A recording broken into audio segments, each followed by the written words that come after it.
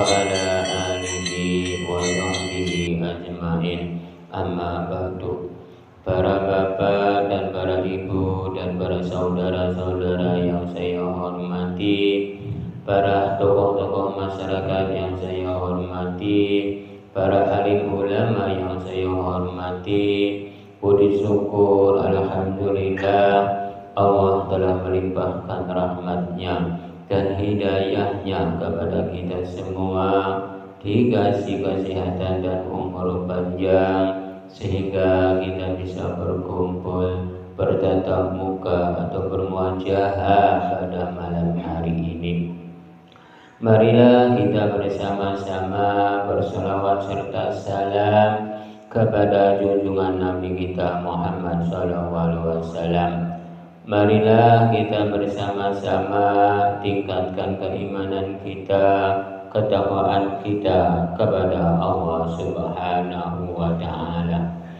Marilah kita bersama-sama pada malam hari ini kita barusan melaksanakan jamiah tahlil, barusan selesai. Entar diisi dengan tausiah beberapa menit. Pada malam hari ini temanya, judulnya yaitu Nur. Nur ini sudah tercantum di dalam kitab Nur Jati, kitab Pancerurip Sededeng Urip, dan kitab Ingsan Hamil. Ketiga kitab itu akan dibuka pada malam hari ini. Nur itu maknanya nun pasenu ing petunjuke ing saking Gustine, retesjit ing perjalanan viro-viro rezeki manusia urip. Gusti Allah sudah menunjukkan tentang rezeki umat manusianya. Rezeki umat manusianya semuanya terletaknya di dalam Ya Jabriyah. Ya Jabriyah itu maknanya perjalanan umat manusianya. Gusti Allah sudah menunjukkan di dalam Ya Jabriyah perjalanan umat manusianya. Perjalanan umat manusianya itu bermacam-macam ragam tentang perbuatan untuk mencari rezeki. Karena umat manusianya mencari rezeki itu bermacam-macam ragam. Ada yang dari jualan, ada yang menjadi pedagang, ada yang menjadi kuli, ada yang menjadi bos, ada yang menjadi pertukangan. Semuanya ada tentang perjalanan rezeki. Ada pula tentang rezeki yang enggak masuk akal, seperti umat manusianya itu seperti di dalam kuburan lah contohnya. Pekuburan seorang wali itu bisa memakani atau mencukupi di dalam lingkungan itu. Walaupun sebuah bendanya itu adalah kuburan. Kuburan itu bisa mengasih makan tentang lingkungannya. Karena semuanya umat manusia itu tentang rezeki di dalam retesjit ing perjalanan viro-viro rezeki manusia urip. Rezeki manusia urip itu bermacam-macam ragam tentang mencari rezeki. Ada yang dari kuburan, ada yang dari sebuah benda. Contohnya bendanya yang persegi 4, yaitu adalah Ka'bah. Bendanya itu Fajar Aswad. Lalu pekuburannya itu seorang nabi, namanya Nabi Muhammad. Sebuah benda, sebuah batu itu bisa mengasih makan di daerahnya, contohnya di daerah Mekah.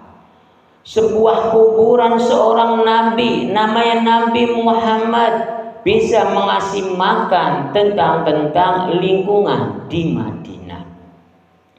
Lalu pekuburan-pekuburan seorang wali semuanya bisa mengasih makan tentang di dalam lingkungan di situ. Saya bilang seperti ini, yang nggak paham entar dibilang sesat. Karena tentang rasa umat manusia itu adanya di ucapan-ucapan umat manusia. Barokah yang paling tertinggi itu di diri umat manusia. Barokah apa itu para jemaah? Sehat. Barokah yang paling tertinggi itu adalah ucapan. Contohnya, saya dikasih rezeki banyak hari ini, dagangannya laku, diborong 1 gerobak.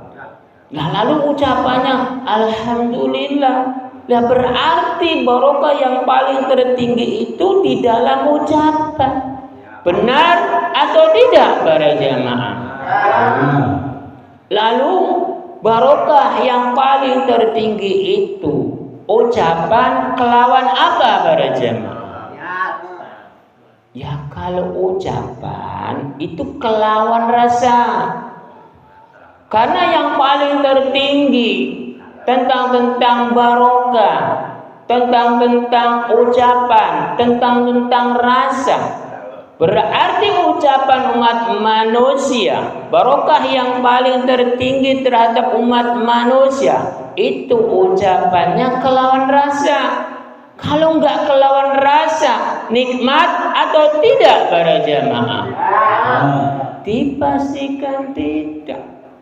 Kalau dibolak-balik pasti bingung. Lalu umat manusianya di dalam rezeki itu semuanya barokah ada di ucapan. Lalu ucapan itu kelawan rasa. Lalu rasanya itu letaknya di mana para jemaah? Ya, lalu rasa itu terletaknya di hidup. Kalau nggak hidup, mana ada hati dan pikiran.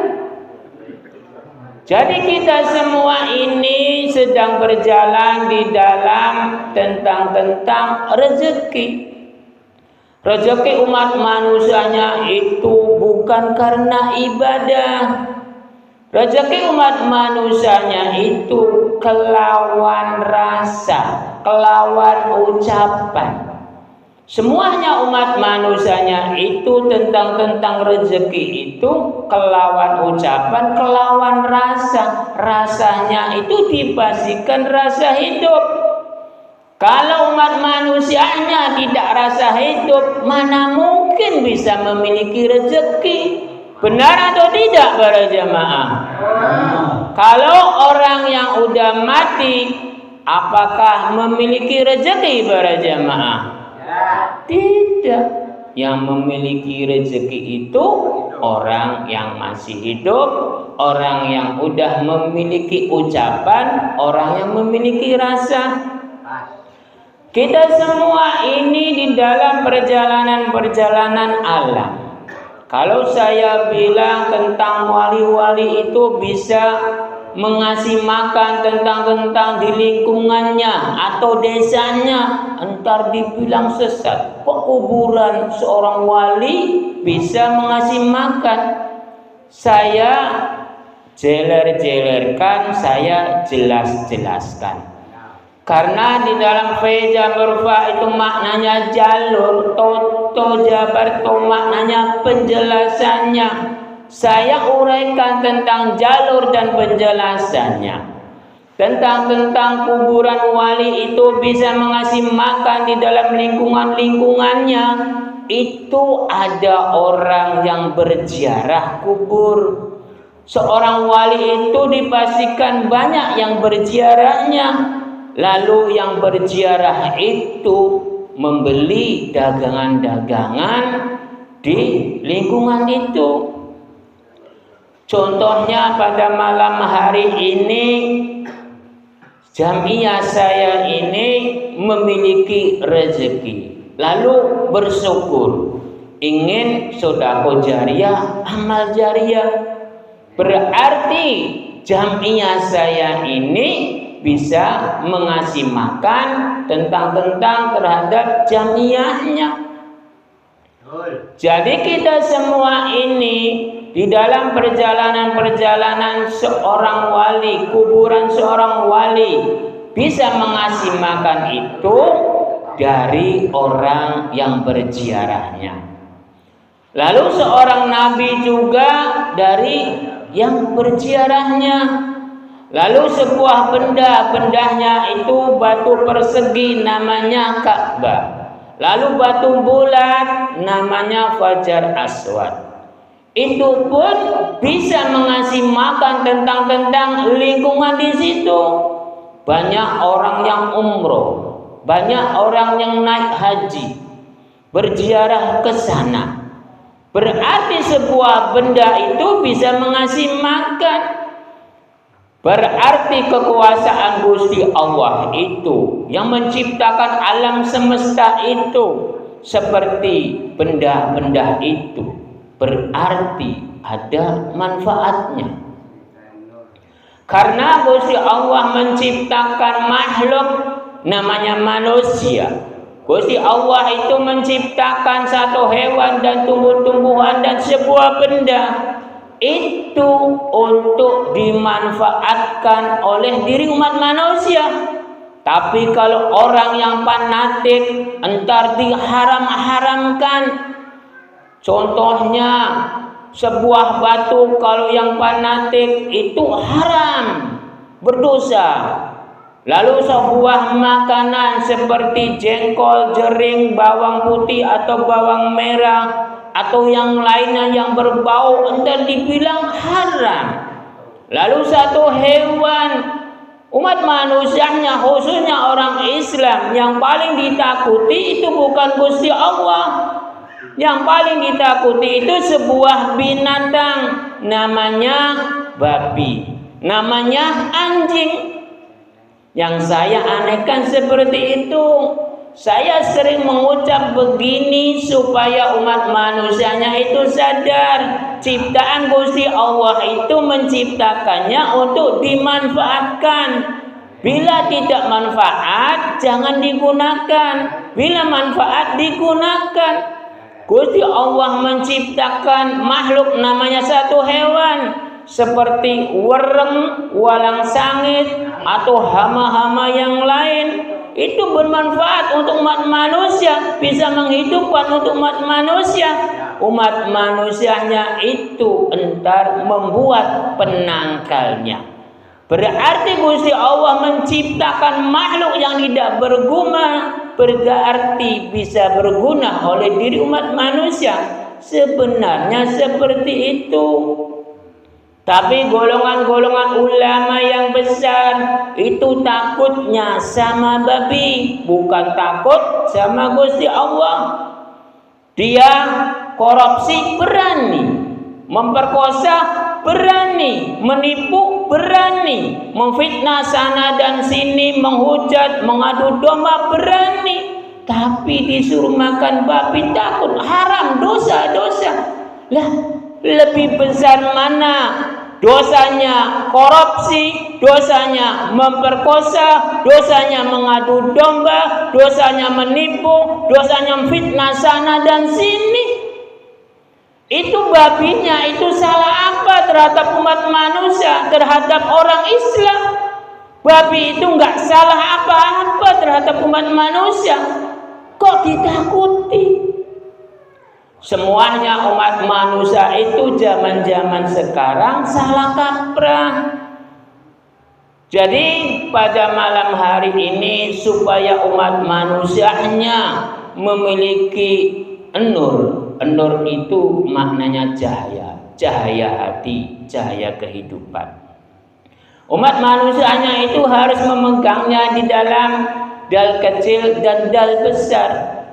Kalau umat manusianya maknanya dal itu ajaroba saking Gusti Allah, dal kecil. Lalu dal besar ajaroba saking datnya Gusti Allah, itu dal besar. Lalu kembali dal kecil lagi, ing manusianya ajaroba saking Gusti Allah. Lalu dal besar lagi yang memiliki sandangan dal jaberda, ing manusianya ajaroba saking datnya Gusti Allah. Bila umat manusianya memiliki cahaya dari Gusti Allah, entar memiliki dat hati, dat pikiran dari Gusti Allah. Berarti umat manusianya harus memegangnya di dalam dal besar dan dal kecil, yang berbunyinya ing manusianya ajaroba saking Gusti Allah, ing manusianya ajaroba saking datnya Gusti Allah. Umat manusianya ingin selamat itu kelawan dat hati, dat pikiran, kelawan rasa. Rasanya itu rasa apa para jamaah?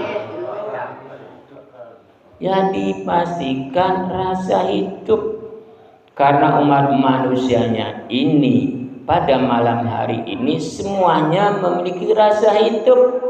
Sebentar lagi kita ini akan merasakan rasanya kehidupan-kehidupan pada malam hari ini kelawan rasa. Saya cukupkan saja tausiah-tausiah pada malam hari ini. Bila ada yang mau bertanya, saya persilakan.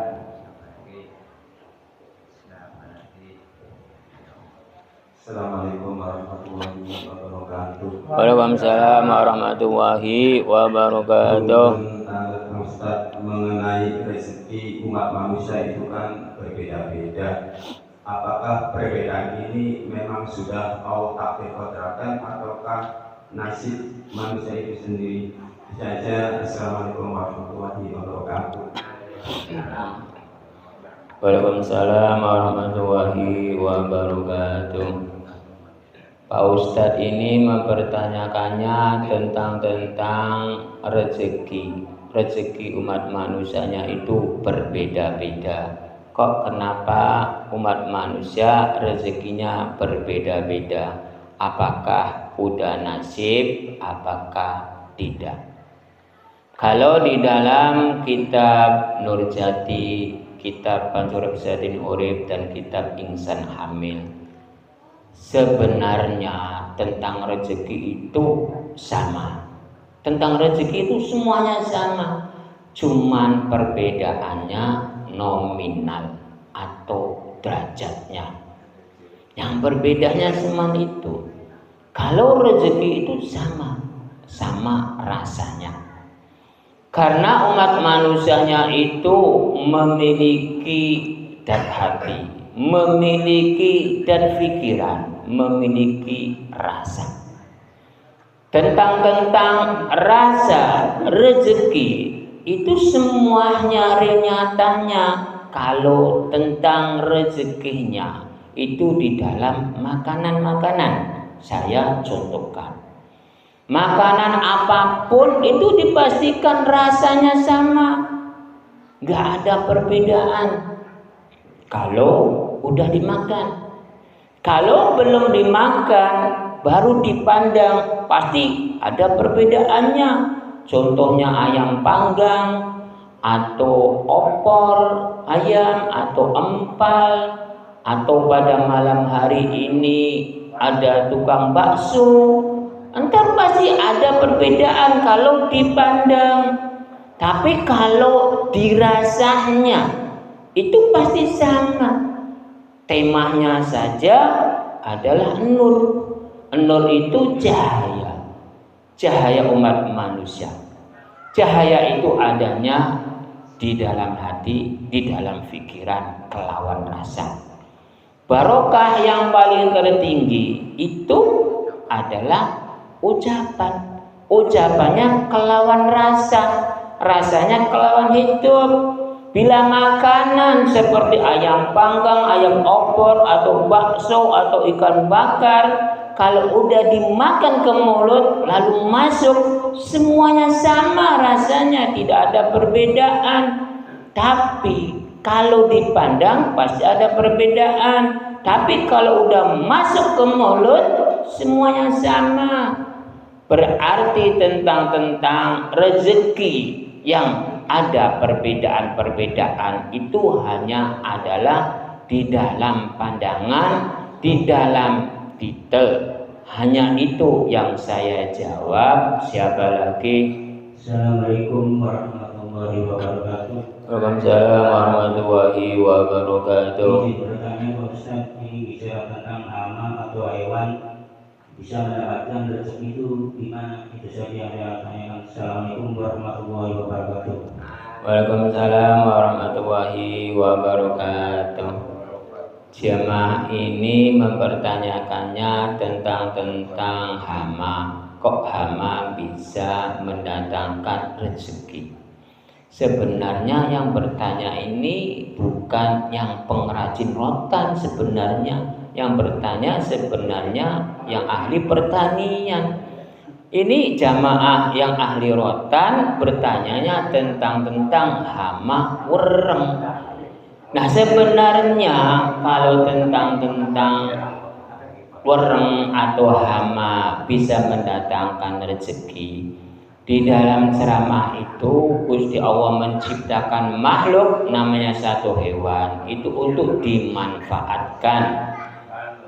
Lalu hama itu dicari letak kelemahannya oleh umat manusia.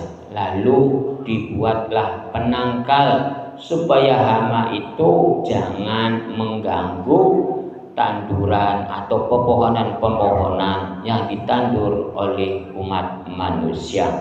Hanya itu yang saya jawab. Siapa lagi? Para ibu, saya persilakan yang mau bertanya.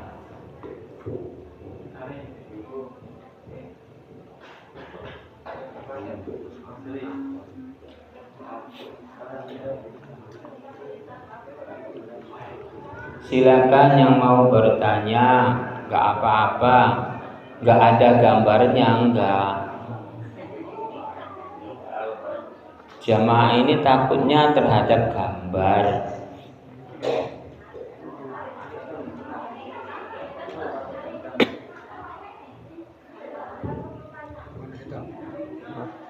Ikut lagi ngomong.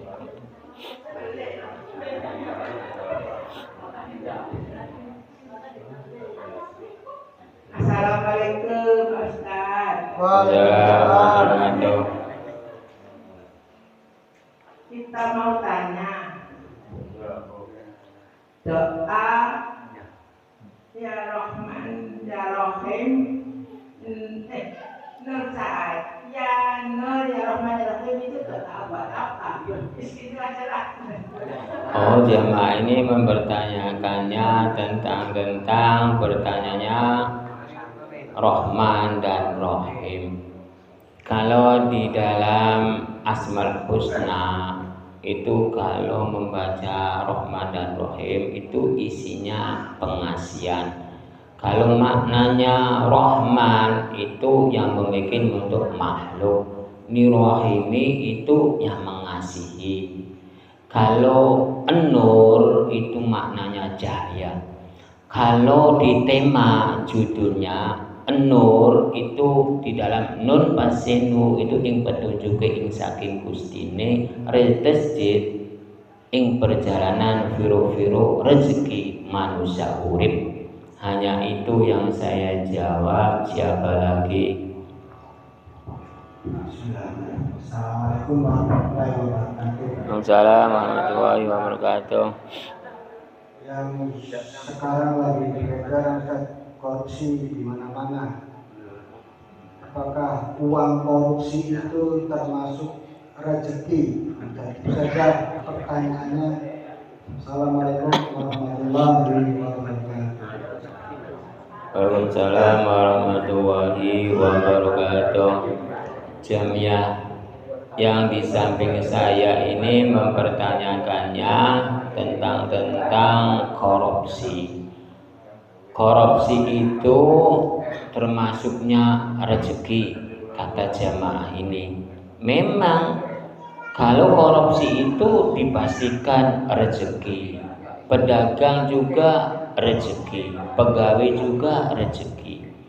Tentang rezeki itu bermacam-macam ragam. Tentang rezeki itu ada yang baik, ada yang kurang baik. Berarti korupsi itu rezekinya kurang baik. Entar umat manusianya bila tentang rezekinya mencarinya di dalam korupsi, entar efeknya itu di dalam hati, di dalam pikirannya itu dipastikan tidak tenang. Kalau rezeki, iya rezeki, cuman rezekinya kurang baik, entar umat manusianya itu tersiksa di dalam hati, di dalam pikirannya. Hanya itu yang saya jawab. Siapa lagi? Para ibu silakan yang mau bertanya lagi. Assalamualaikum warahmatullahi wabarakatuh. Waalaikumsalam warahmatullahi wabarakatuh.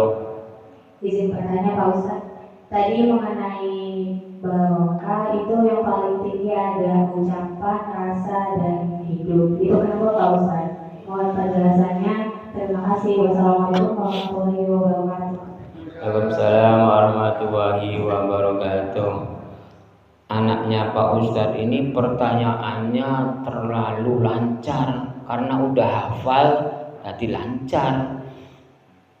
Umat manusianya tentang rezeki yang paling tertinggi itu barokah, ya rezeki yang paling tertinggi itu adanya di ucapan.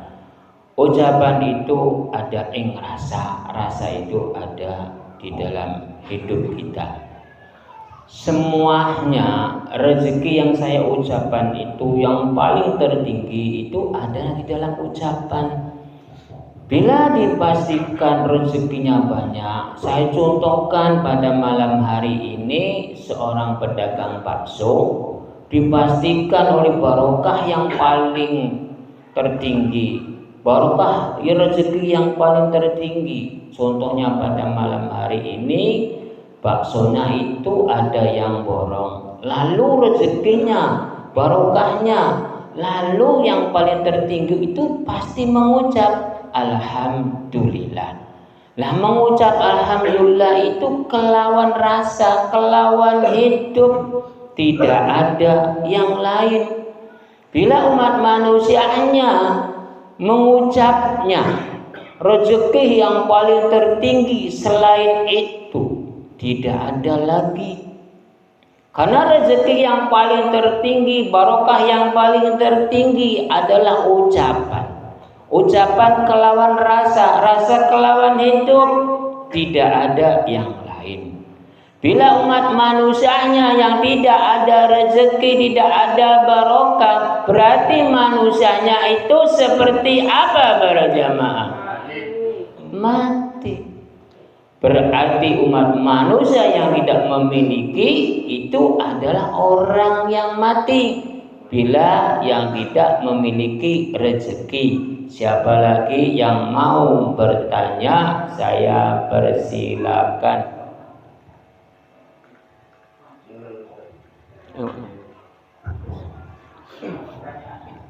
Assalamualaikum warahmatullahi wabarakatuh. Waalaikumsalam warahmatullahi wabarakatuh. Ingin tanya di dalam tak kecil ada apa ini so, besar ada apa ini ada itu. Bagaimana caranya supaya kita itu apa? Caranya bagaimana itu? Jadi saja. Terima kasih. Assalamualaikum warahmatullahi wabarakatuh. Waalaikumsalam warahmatullahi wabarakatuh. Sesepuh kita ini mempertanyakannya tentang dal kecil dan dal besar. Dal kecil itu ajaroba saking Gusti Allah, ing menusahnya ajaroba saking Gusti Allah. Lalu dal besarnya ajaroba saking datnya Gusti Allah, ing menusahnya ajaroba saking datnya Gusti Allah. Sesepuh kita ini mempertanyakannya tentang alur datnya. Alur datnya itu tentang supaya bisa menjaga dat hati, dat pikiran. Umat manusianya itu yang penting, yang wajib dijaga itu bukan agama, bukan kitab, bukan nabi, bukan Tuhan atau Quran hadis. Yang perlu dijaga itu adalah kelawan rasa. Yang perlu sekali dijaga itu adalah rasa. Rasa hati, rasa pikiran, rasa dat hati, rasa dat pikiran. Berarti alur umat manusia bila ingin menjaga datnya dari Gusti Allah, menjaga pikirannya dari Gusti Allah, itu memegangnya harus kelawan rasa. Hanya itu yang saya jawab. Siapa lagi yang mau bertanya? Assalamualaikum warahmatullahi wabarakatuh. Waalaikumsalam warahmatullahi wabarakatuh. Pak Ustaz, saya mau bertanya, bagaimana hukumnya mengasalkan orang sudah meninggal pada saat dikuburkan? Ya, itu aja pertanyaan dari saya. Assalamualaikum warahmatullahi wabarakatuh. Waalaikumsalam warahmatullahi wabarakatuh. Pertanyaannya kurang jelas. Bagaimana hukumnya mengajarkan orang sudah meninggal pada saat dikuburkan?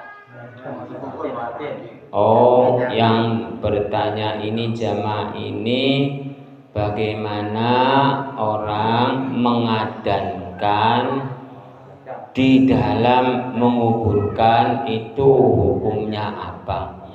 Kalau di dalam kitab Nurjati, orang yang mengasih adan kalau menguburkan itu sebelum dikubur itu diadani dulu, itu hukumnya cuman baik, bukan sunnah, bukan wajib, hanya baik, tidak ada yang lain. Seandainya itu yang dikubur, yang mau dikubur itu enggak diadani, enggak apa-apa, diadani lebih baik, berarti hukumnya itu baik, tidak ada yang lain. Hanya itu yang saya jawab jamaah yang bertanyanya tentang adzan waktu menguburkan orang mati. Siapa lagi yang mau bertanya? Bila tidak ada yang mau bertanya, saya cukupkan saja. Bila ada perkataan-perkataan saya yang kurang pas dan kurang benar, saya mohon maaf yang sebesar-besarnya. Ilahi taufiq wal hidayah. Wassalamualaikum warahmatullahi wabarakatuh. Waalaikumsalam warahmatullahi wabarakatuh.